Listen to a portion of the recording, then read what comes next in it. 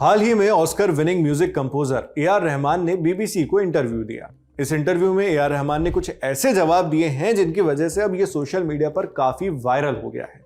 इसमें ए.आर. रहमान ने इंडस्ट्री में काम मिलने को लेकर बातें बताई, पावर शिफ्ट को लेकर चीजें कहीं, उनकी बीती फिल्म छावा और आने वाली फिल्म रामायण पर भी बात की। साथ ही इंडस्ट्री में कम्युनल यानी सांप्रदायिक भेदभाव को लेकर उन्होंने क्या कहा, इन सभी चीजों पर अब जोरदार चर्चा हो रही है। कुछ लोग उनके बयान पर सवाल उठा रहे हैं तो कुछ लोग कह रहे हैं कि ए.आर. रहमान ने सच कहकर बड़ी हिम्मत वाला काम किया है। बात यहां तक पहुंच गई कि फेमस राइटर और लिरिसिस्ट जावेद अख्तर ने इस पर रिएक्शन दिया। मशहूर सिंगर हरिहरन और शान भी सामने आए और अब एक्ट्रेस व सांसद कंगना रनौत ने भी प्रतिक्रिया दे दी है। क्या क्या कहा जा रहा है, ये समझने के लिए इंटरव्यू के उन हिस्सों पर नजर डालते हैं जिन्हें लेकर सुर्खियां बनी हुई हैं। यह इंटरव्यू 14 जनवरी 2026 को बीबीसी एशियन नेटवर्क ने पब्लिश किया। इसे बीबीसी रेडियो के जर्नलिस्ट हारून रशीद होस्ट कर रहे थे। हारून रशीद पाकिस्तानी मूल के पत्रकार हैं। इंटरव्यू में उन्होंने कुछ ऐसे सवाल पूछे कि जवाबों ने खबरें बना दी।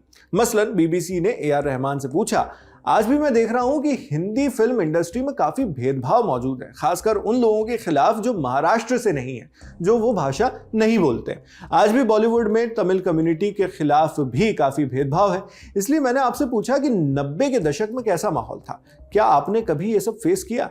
इस सवाल पर ए.आर. रहमान बताते हैं कि उन्होंने ऐसा कुछ नहीं देखा।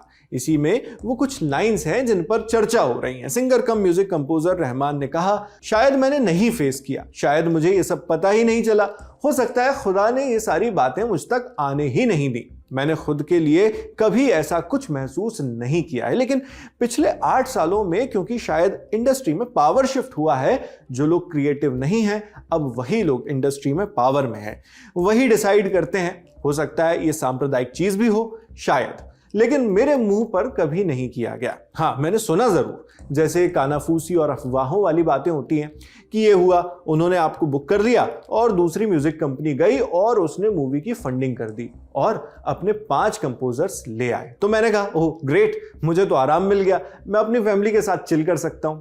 ये जवाब सुनकर बीबीसी के इंटरव्यूअर हैरान रह गए। शायद उन्हें इस जवाब की उम्मीद नहीं थी, तो उन्होंने इसके बाद कहा, मगर इस नजरिए के लिए तो बहुत पॉजिटिव सोच चाहिए। फिर ए.आर. रहमान काम तलाशने को लेकर जवाब देते हैं। ये भी वो एक टॉपिक है जो अभी सोशल मीडिया पर बहस का कारण बना हुआ है। ए.आर. रहमान ने कहा, क्योंकि मैं काम की तलाश में नहीं रहता, मैं चाहता हूं कि काम मेरे पास आए। मैं चाहता हूं कि जो मैं कर रहा हूं, मेरी ईमानदारी, मेरा काम, वही चीजें मुझे आगे काम दिलाएं। मैं काम की तलाश में नहीं जाता। मुझे लगता है जब मैं खुद काम ढूंढने जाता हूं उसका उल्टा असर हो जाता है। हर बार जब भी मैं तलाश करता हूं तो वो जिंक्स यानी अपशगुन की तरह बन जाता है। जो भी मैं डिजर्व करता हूं वो मुझे खुदा से खुद मिल जाता है। हो सकता है आपने कई सोशल मीडिया पोस्ट पर यह देखा पढ़ा हो जहां यह दावा किया जा रहा है कि ए.आर. रहमान काम ढूंढने जा रहे हैं लेकिन उन्हें कोई काम नहीं दे रहा। तो उन दावों की असल सच्चाई यह है, असल में ए.आर. रहमान ने ये बातें कही थी।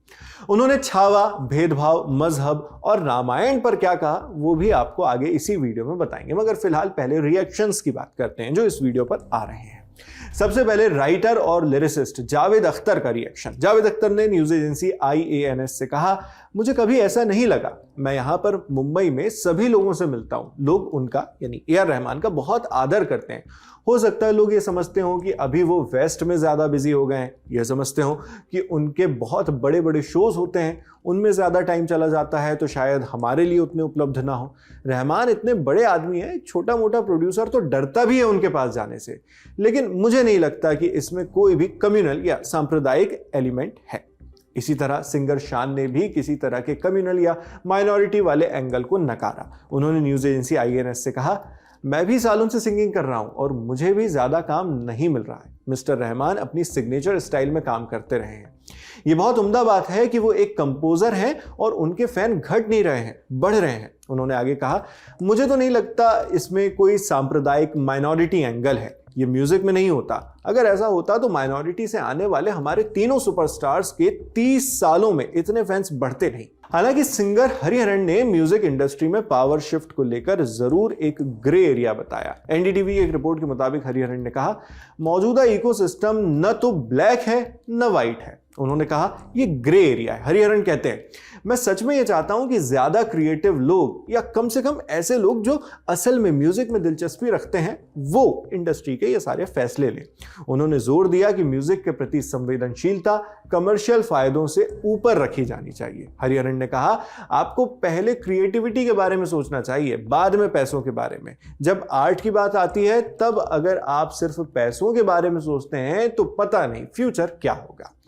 जहां हरिहरन की बात काफी हद तक ए आर रहमान के दावों को सपोर्ट करती नजर आई, वहीं बीजेपी सांसद व एक्ट्रेस कंगना रनौत ने खुले तौर पर उन्हें निशाने पर ले लिया। 17 जनवरी को कंगना ने अपने ऑफिशियल इंस्टाग्राम हैंडल से स्टोरी पोस्ट की। इसमें उन्होंने music composer A R Rahman को संबोधित किया। कंगना रनौत ने कहा, डियर ए आर रहमान जी, मैं फिल्म इंडस्ट्री में पूर्वाग्रह और भेदभाव का सामना करती हूं क्योंकि मैं एक भगवा पार्टी को सपोर्ट करती हूं, मगर मुझे यहां कहना होगा कि मैंने कभी भी आपसे ज्यादा पूर्वाग्रह और नफरत से भरे व्यक्ति को नहीं देखा। मैं आपको अपनी डायरेक्ट की फिल्म इमरजेंसी सुनाने के लिए बेताब थी, लेकिन सुनना तो छोड़िए, आपने मुझसे मिलने तक से इनकार कर दिया। मुझे बताया गया कि आप एक प्रोपेगेंडा फिल्म का हिस्सा नहीं बनना चाहते, जबकि उस फिल्म ने काफी तारीफें बटोरी, मगर आप अपनी नफरत में अंधे हो चुके हैं। मुझे आपके लिए खेद है। यहां कंगना रनौत ने ए आर रहमान के प्रोपेगेंडा फिल्म्स न चुनने को लेकर कुछ बातें कही। यह बात भी उसी इंटरव्यू से आई है। अब इंटरव्यू के उस हिस्से पर चलते हैं जहां ए आर रहमान से फिल्मों के चुनाव को लेकर सवाल हुआ। पूछा, हम एक ऐसी दुनिया में हैं जो पहले से कहीं ज्यादा डिवाइसिव हो चुकी है, यानी बढ़ चुकी है। लोग आज उन चीजों से पहले से कहीं ज्यादा डरते हैं जो चीजें उन्हें समझ नहीं आती।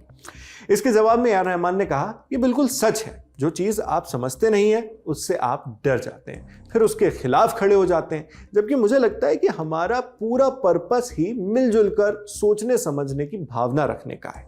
कोई भी इंसान जिसने मजहब को सच में अमल में लाया है वो कभी भी बांटने वाली बातें नहीं करेगा, क्योंकि मेरे हिसाब से धर्म से आगे असली सच्चाई है।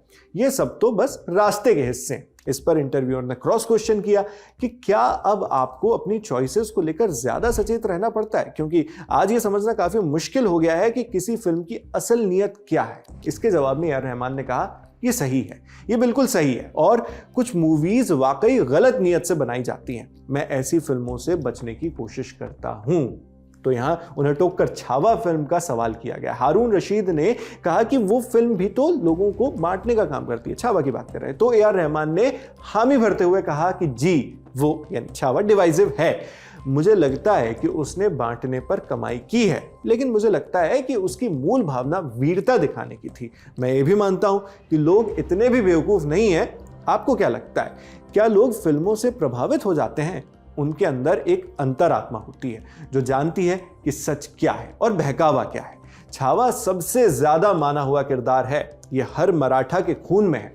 मुझे बहुत सम्मान महसूस होता है कि मैंने उस फिल्म का म्यूजिक दिया। मैं बस इतना कह रहा हूं, मुझे लोगों का बहुत सम्मान है। लोग इतने मूर्ख नहीं होते कि झूठी जानकारी से प्रभावित हो जाएं। इसलिए मुझे इंसानियत पर बेहद यकीन है। आप जिस भी खुदा या भगवान को मानते हो, असली सच लेकिन दिल के अंदर ही है।